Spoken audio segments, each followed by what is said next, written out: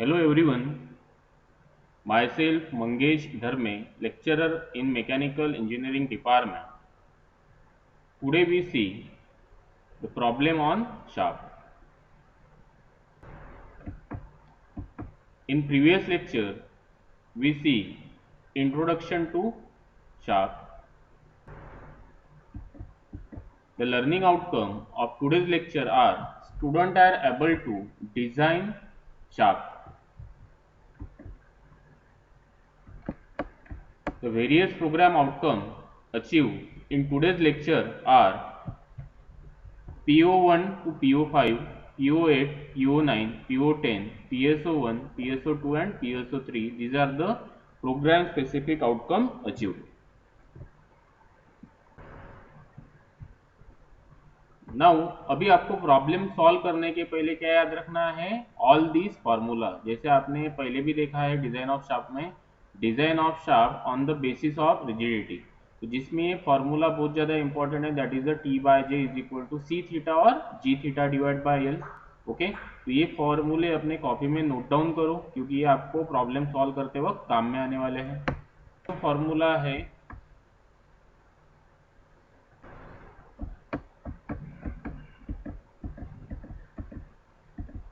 आपने ये torsional equation देखा था, tau upon R is equal to T upon J is equal to C theta upon N. तो इसी से ये फॉर्मूला भी यूज करेंगे अभी। तो ये फॉर्मूला यूज करके आपने यहाँ पे निकाला था टाउ की value, that is tau is equal to 16t upon pi D Q.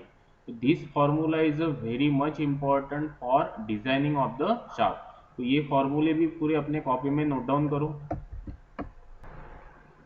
Then next, shear stress for the hollow shaft क्या रहता है, tau is equal to 16t upon pi D zero cube into 1 minus K raise to the power 4।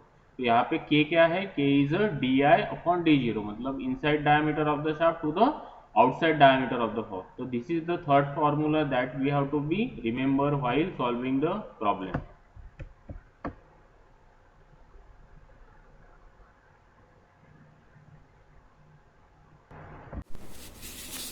Today we see the problem on shaft.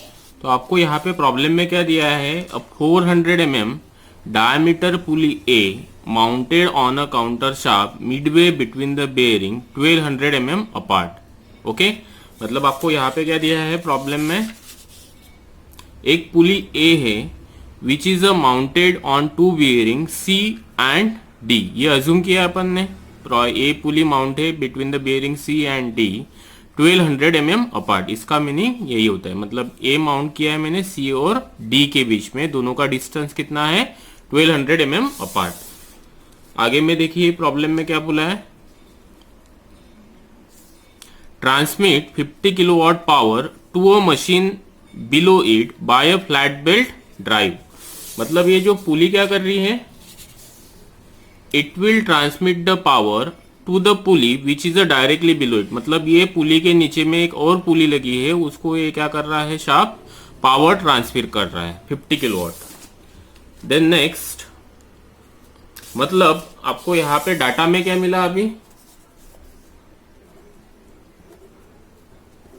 Power जो है वो कितना है 50 kilowatt. Then next, the power is fed to the counter shaft by another pulley B 300 mm in diameter and mounted at an overhang of 300 mm. Okay, तो इसका meaning क्या है, ये जो पुली को पावर मिल रहा है, ओके, पुली ए को ये कहां से मिल रहा है, with another pulley which is a 300 mm overhang. मतलब ये बियरिंग से लेके डिस्टेंस कितना रहेगा आपका 300 mm। ओके,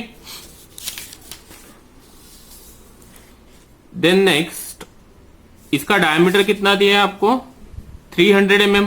मतलब ये पुली का डायमीटर कितना है आपका 300 mm। इसका डायमीटर मैं यहाँ पे डिनोट कर रहा हूं, इसका डायमीटर कितना रहेगा 300, और ये पुली का डायमीटर कितना रहेगा आपका 400 mm।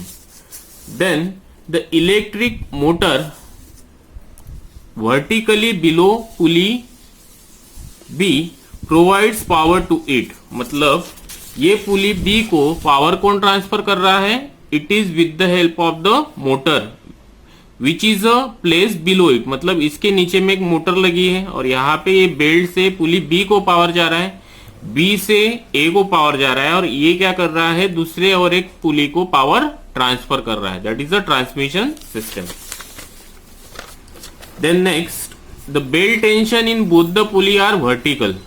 क्या बोला है यहाँ पे, the belt tension on both the pulley are vertical. इसका मीनिंग क्या है, ये दोनों पुली पे जो टेंशन आ रहा है ये क्या आ रहा है, वर्टिकल आ रहा है। मतलब ये देखिए यहाँ पे मोटर ये वर्टिकली पावर ट्रांसफर कर रहा है और ये पुली भी कहाँ पे ट्रांसफर कर रहा है, वर्टिकली पावर नीचे में ट्रांसफर कर रही है। मतलब टेंशन क्या आएगा बेल्ट पे, it is a vertical.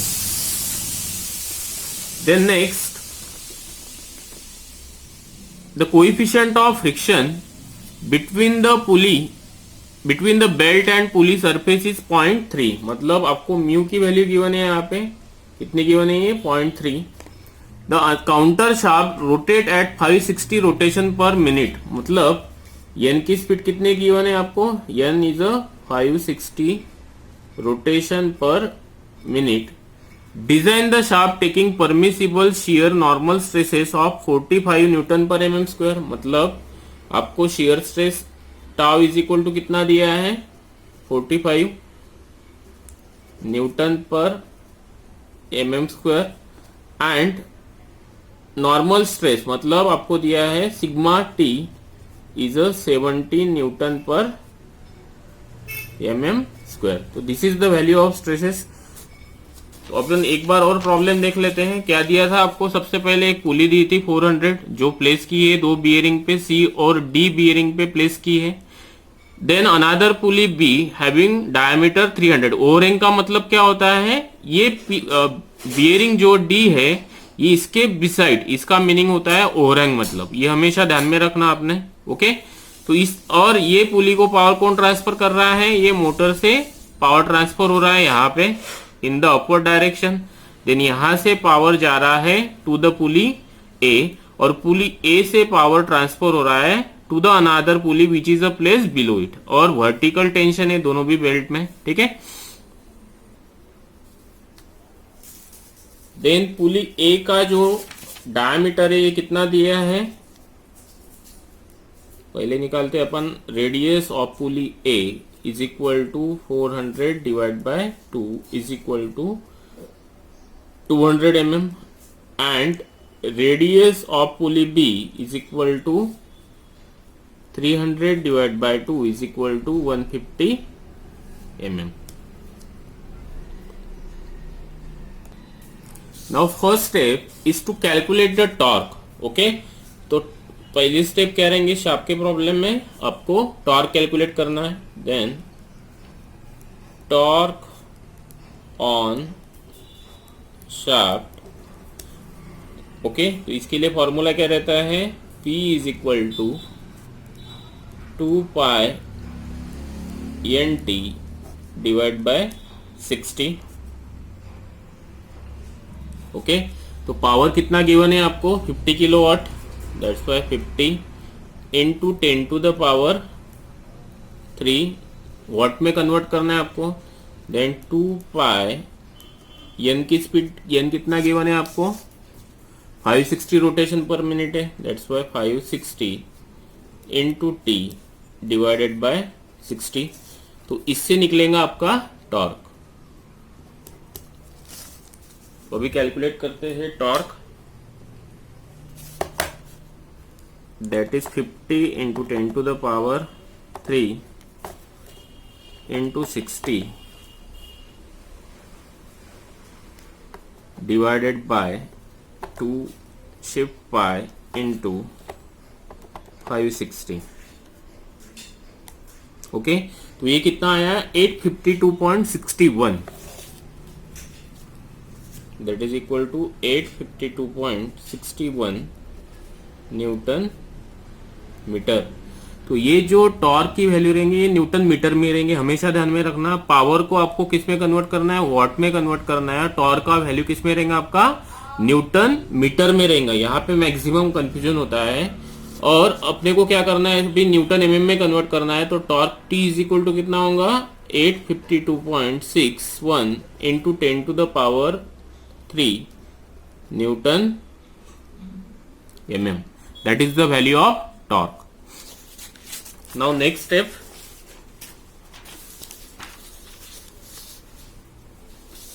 now we have to calculate, second जो step रहती है, we have to calculate the belt tension.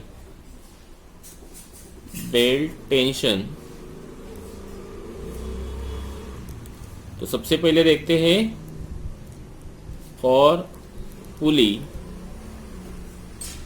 ए.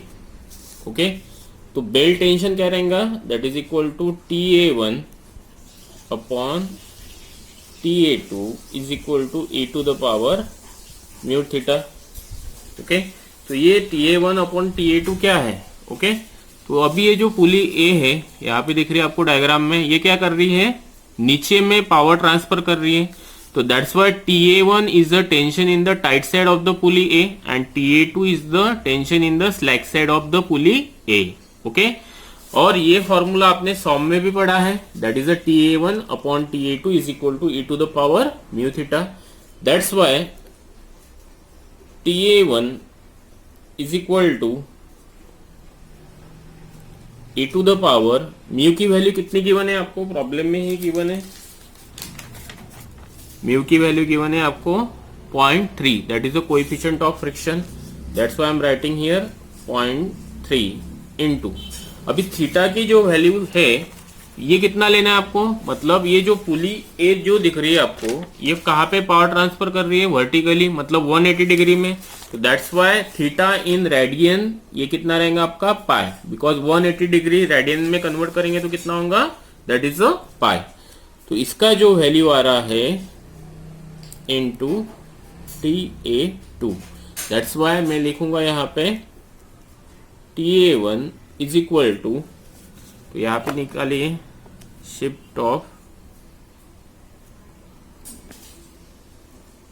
ये देखिए shift E raise to the power 0.3 into shift pi, तो ये कितना आ रहा है 2.56633. मैं यहाँ पे लिखूंगा 2.566 TA2. So that is the value of a TA2. TA1 is equal to 2.566 TA2. Then next जो आता है that is a torque transmitted.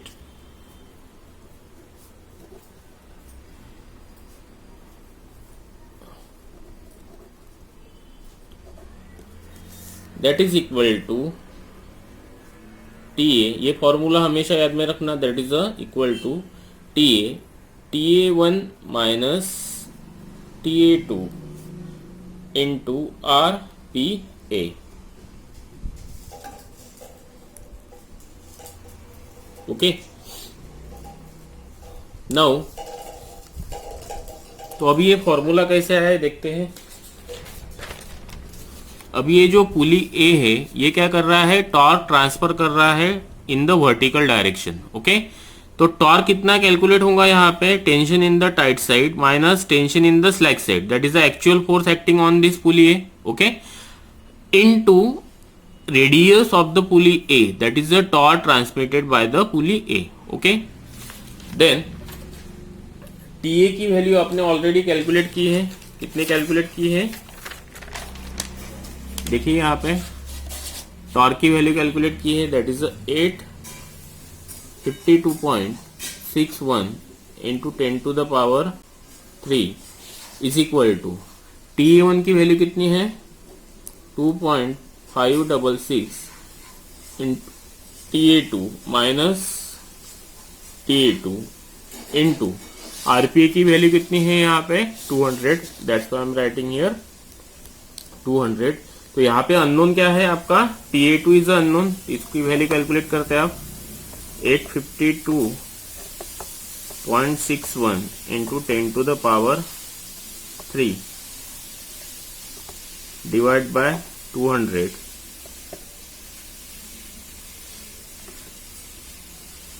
Divide by 2.566 minus 1. तो ये कितना आ रहा है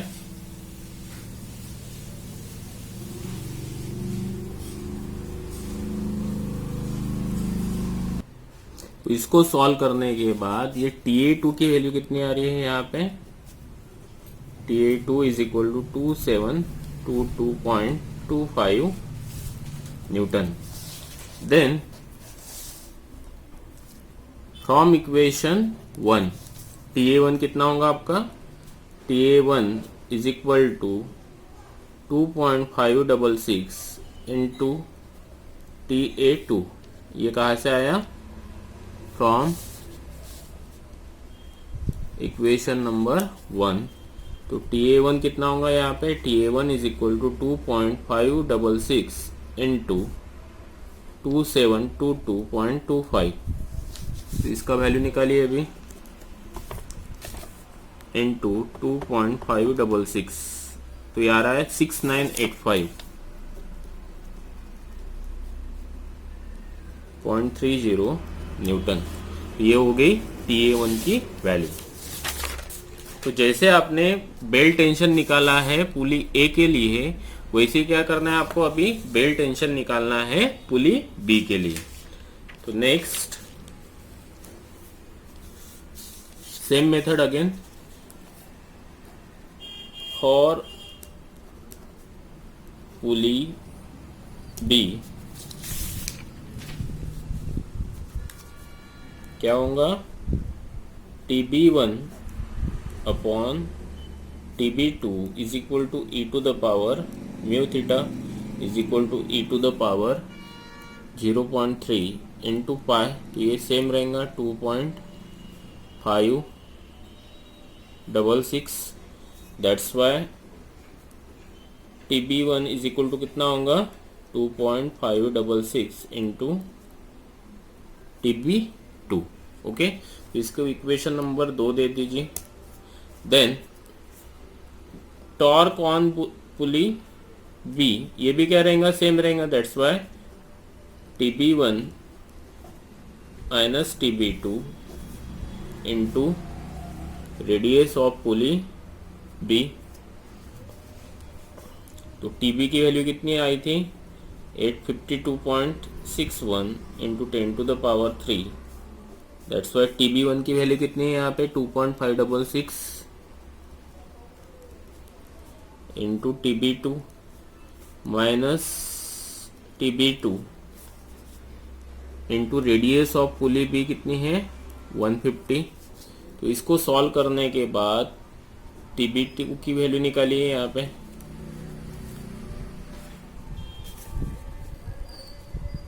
इसको और सॉल्व कर लेते हैं आप, that is 852.61 into 10 to the power 3, TB2 में यहाँ से कॉमन लिया, दैट इज 1.566 इंटू 150, तो TB2 कितना रहेगा यहाँ पे अभी,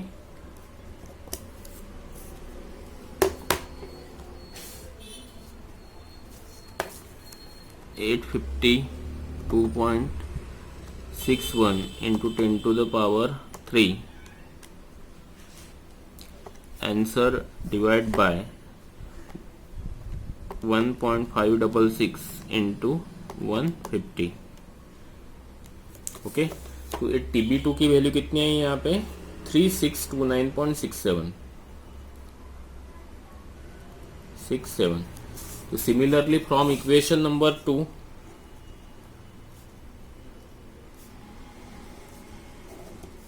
TB1 कितना होगा आपका, 2.566 इंटू 3629.67, तो ये आ रहा है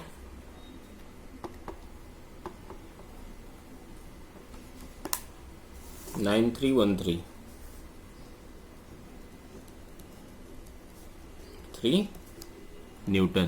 तो ये हो गई TB1 की वैल्यू। नाउ तो अभी यहाँ पे मैंने TB1 माइनस TB2 क्यों लिया है, बिकॉज ये पुली बी है, ये कहाँ पे पावर ट्रांसफर और कहाँ से पावर ले रही है, मोटर से, विच is a below 8। Okay, that's why यहाँ पे बेल्ट में कितना टेंशन आएगा, TB1 माइनस TB2, इतना ही फोर्स एक्ट होगा ये इस पे, into radius, that's why the torque transmit कितना होगा, TB1 minus TB2 into radius of pulley B. तो इसीलिए मैंने यहाँ पे क्या लिखा है, TB1 minus TB2 into radius of pulley B.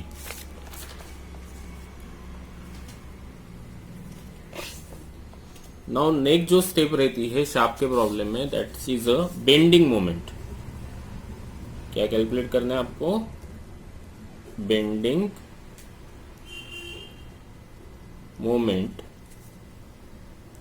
On shaft. Okay, तो सबसे पहले निकालना है मुझे अभी लोडिंग डायग्राम। ओके, तो अभी देखते हैं। अभी टोटल वर्टिकल फोर्स जो पुली ए पे एक्ट होगा वो कितना होगा? That is a TA1 plus TA2। तो अभी यहां पे निकालते हैं। Total vertical force on pulley A, that is a TA, is equal to TA1 plus TA2। तो TA1 की वैल्यू कितनी आई थी? देखिए यहाँ पे TA1 की वैल्यू आई थी 6985.30। तो मैं यहाँ पे कितना लिखूंगा? 6985.30 प्लस TA2 की वैल्यू कितनी आई थी? 2722.25। तो मैं यहाँ पे कितना लिखूंगा? 2722.25। तो इसको वैल्यू कैलकुलेट करने के बाद यहाँ पे लिखते हैं 6985.30 प्लस 272.25। तो ये आ रहा है 9707.55। कितना आ रहा है? 9707.55। Similarly total vertical force on pulley B, तो ये कितना आएगा? TB is equal to TB1 plus TB2। तो ये लिखूंगा मैं यहाँ पे। अभी इसको डिनोट करते हैं अपन TA से। ओके,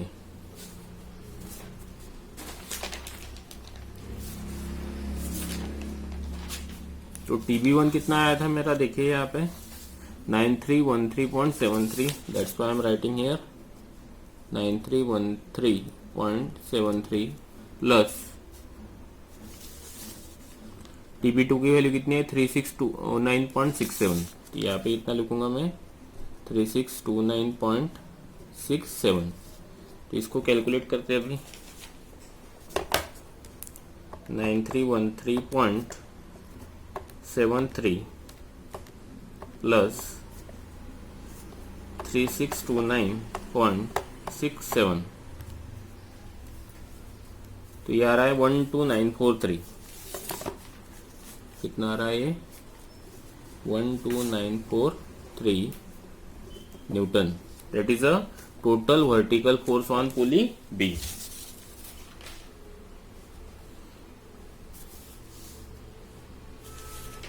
ओके, तो अभी देखिए ये आपका डायग्राम था। Pulley A is a place between C and D, this is a pulley B. तो मैंने बताया आपको पुली ए पे टोटल वर्टिकल लोड कितना एक्ट हो रहा है? TA एक्ट हो रहा है, जिसकी अपने वैल्यू कैलकुलेट की है। देखिए अभी TA की वर्टिकल लोड कितना एक्ट हो रहा है? 9707.55। तो मैं यहाँ पे TA की वैल्यू कितनी लिखूंगा? 9707.55। Similarly the total vertical load on pulley B, तो ये वैल्यू कितनी रहेंगी मेरी? 12943 न्यूटन। अभी ये शाफ्ट है, शाफ्ट के ऊपर में क्या हो रहा है? ये पुली ए का लोड आ रहा है और पुली बी का लोड आ रहा है। तो इसका इक्वल एंड अपोजिट रिएक्शन कहाँ पे आएगा? On the bearing C and D। तो ये रिएक्शन कितना रहेगा आपका? RC और RD। ओके, तो यही जो डायग्राम है मैंने नीचे में निकाला है, तो this is called as a load diagram. क्या बोलते हैं इसको? Load diagram. क्लियर है यहाँ तक? तो अभी आगे में देखते हैं अपन। बेंडिंग मोमेंट अपने को कैलकुलेट करना है at point A and B.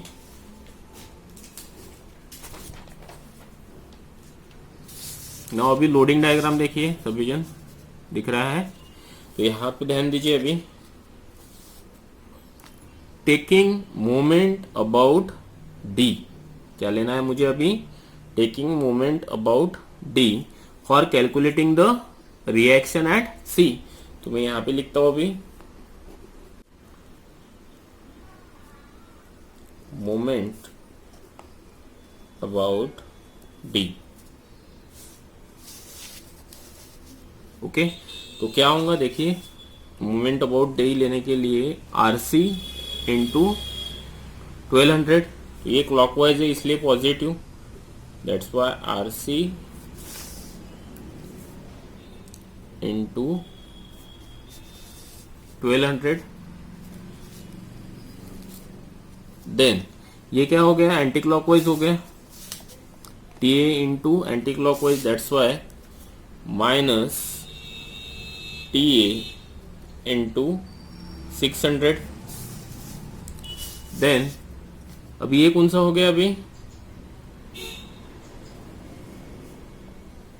Clockwise ही हो गया यहाँ पे, दैट्स वाई ये plus T B into 300 is equal to 0। Okay, now RC की वैल्यू मुझे क्या है? निकालना है, that's why RC into 1200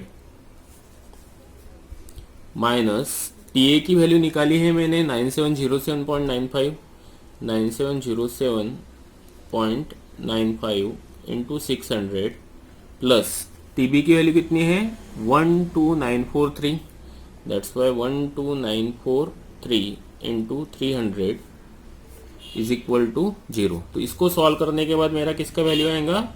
RC का वैल्यू आएगा, that's why RC is equal to कितना रहेगा? Minus 9707.95 into 600 plus 12943 into 300 divide by 1200। तो ये कितना आ रहा है? 1618। कितना आ रहा है? 1618.225। मैं यहाँ पे लिखूंगा 1618.225। ओके, नाउ आरसी की वैल्यू कितनी आई? 1618.225। नाउ अभी मुझे क्या निकालना है? आरडी निकालना है। नाउ आपको ये पता था सम में या फिर मैकेनिक्स में पढ़ा है, summation of vertical forces is equal to 0। तो यहाँ पे कौन से फोर्स है?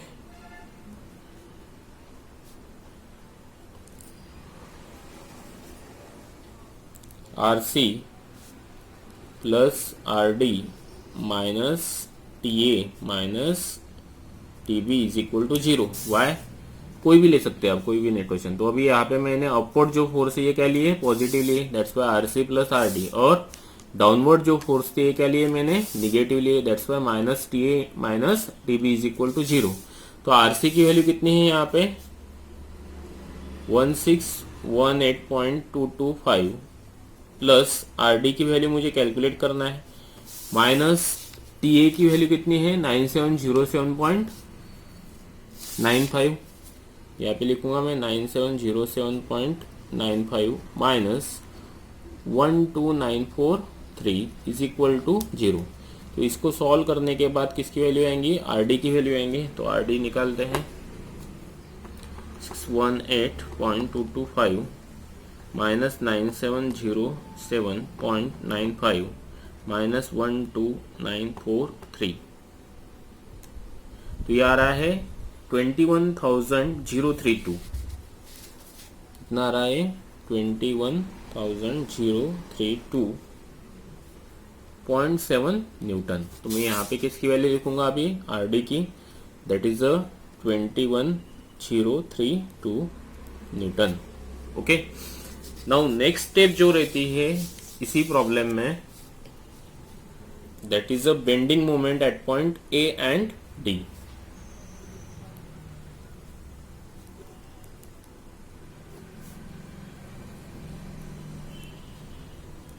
Moment at A and D.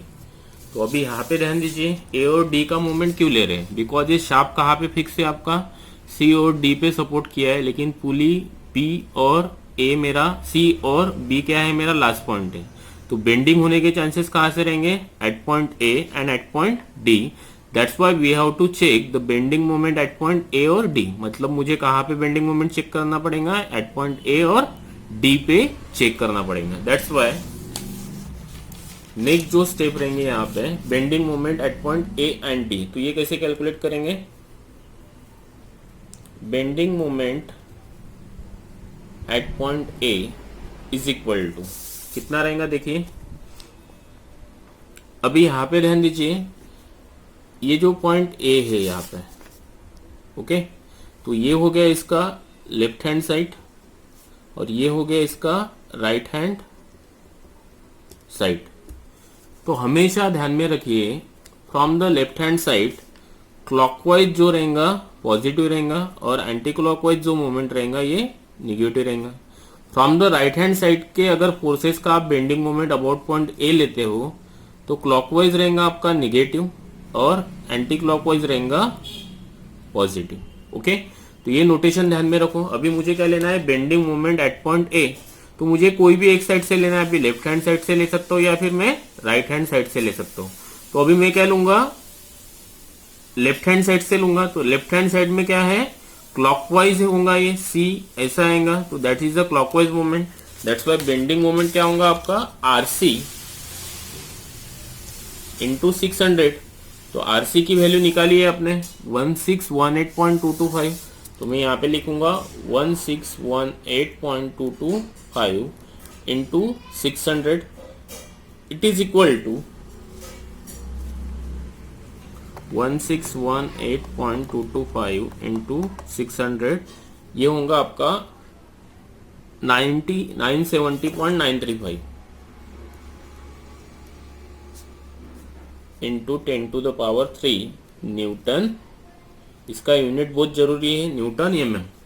Similarly अभी क्या लेना है मुझे? Bending moment at point D. तो अभी ये डी का ये कौन सा साइड है? Right hand side. और ये कौन सा साइड है? Left hand side. तो अभी फोर्स देखिए कहाँ पे कम है? यहाँ पे एक ही फोर्स है, यहाँ पे दो फोर्स है. तो मुझे कैलकुलेशन में कहाँ से आसानी जाएंगी? राइट हैंड साइड से. तो राइट हैंड साइड में क्लॉकवाइज मूवमेंट क्या रहता है? मैंने यहाँ पे ही बताया आपको. क्लॉकवाइज क्या रहता है? राइट हैंड साइड में निगेटिव रहता है. That's why bending moment at point D is equal to क्या होगा आपका?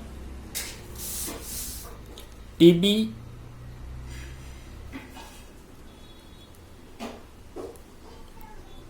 इंटू 300. ओके, तो टीबी की वैल्यू कितनी है यहाँ पे? ये क्या आएगा इसका? Negative sign. बिकॉज ये कौन सा फोर्स हो गया? क्लॉकवाइज हो गया. क्लॉकवाइज राइट हैंड साइड में निगेटिव रहता है. That's why minus TB into 300. तो टीबी की वैल्यू कितनी है यहाँ पे? 12943 न्यूटन. मैं यहाँ पे लिखूंगा माइनस 12943 इंटू 300. तो यहाँ पे निकालूंगा मैं अभी 12943 इंटू 300. तो ये आ रहा है 3 minus 3882.900 into 10⁻³ newton mm. Okay, now अभी मुझे क्या निकालना है?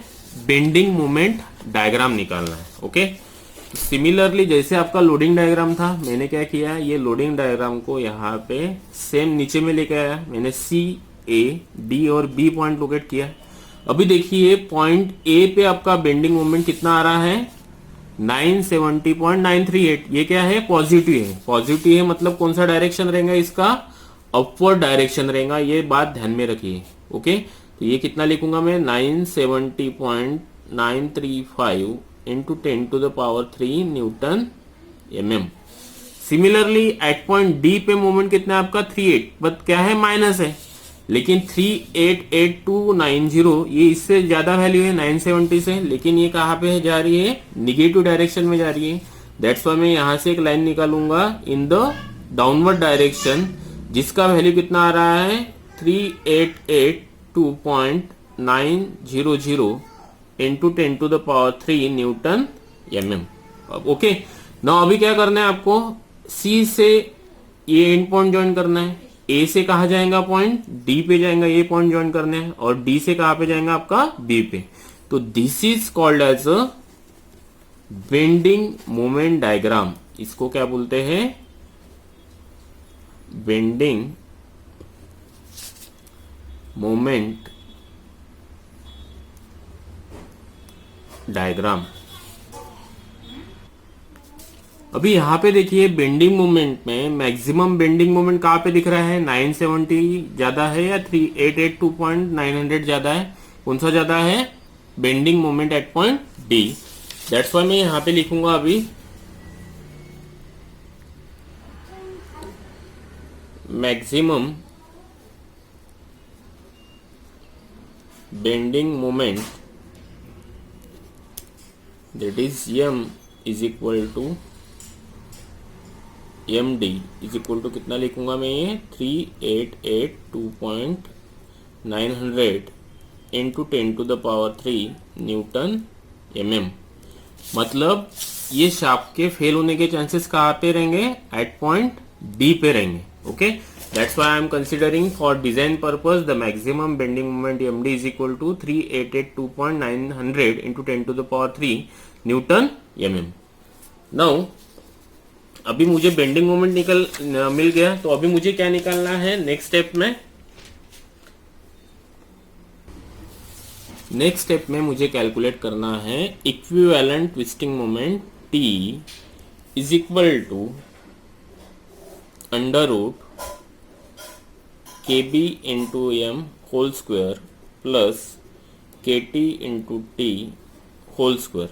ओके, तो हमेशा KB और KT की वैल्यू कितना कंसिडर करना है आपको, KB is equal to KT is equal to 1, that is the bending stress factor and the torsional stress factor. तो T इज इक्वल टू कितना होगा मेरा 1 इंटू आपका बेंडिंग मोमेंट कितना आ रहा है 3882.900 into 10⁻³ whole square plus 1 into अभी torque की वैल्यू जो आपने इनिशियली निकाला था प्रॉब्लम में, ये कितने थे देखिए 852.61 इंटू 10⁻³। तो मैं यहाँ पे कितना लिखूंगा अभी 852.61 इंटू 10⁻³ होल स्क्वायर। तो इसको सॉल्व करने के बाद मेरा आएगा इक्विवेलेंट ट्विस्टिंग मोमेंट। तो ये लिख रहा हूं मैं यहाँ पे 3882.900 into 10⁻³ answer whole square plus 852.61 into 10⁻³ sir whole square bracket complete. Okay, and under root of answer. तो ये आ रहा है मेरा 975.07 इंटू 10⁻³ न्यूटन mm। मतलब यहाँ पे मैंने दोनों इफेक्ट कैलकुलेट किए, बेंडिंग मोमेंट का और टॉर्शन का। ओके, देन नेक्स्ट आपको फॉर्मूला पता है, that is the tau max for solid shaft के लिए कितना रहता है 16T/πd³। ओके, तो टाउ मैक्स की वैल्यू कितनी थी given, that is 45 is equal to 16 into 3975.07 into 10⁻³ upon pi into d³। तो यहाँ से मेरा डी का जो वैल्यू आएगा ये निकालते हैं अपन 16 into 3975.07 into 10⁻³ upon pi into 45। तो यहाँ से डी का वैल्यू कैलकुलेट कीजिए अभी। That is 16 into 3975.07 into 10⁻³ divided by shift of pi into 45 shift of cube root of answer. तो ये आ रहा है मेरा 76.624 is nearly equal to 77 mm। मतलब मैंने बेंडिंग मोमेंट और टॉर्शनल को कंसिडर करके शाफ्ट का जो डायमीटर कैलकुलेट किया है, ये कितना कैलकुलेट किया है मैंने 77 mm।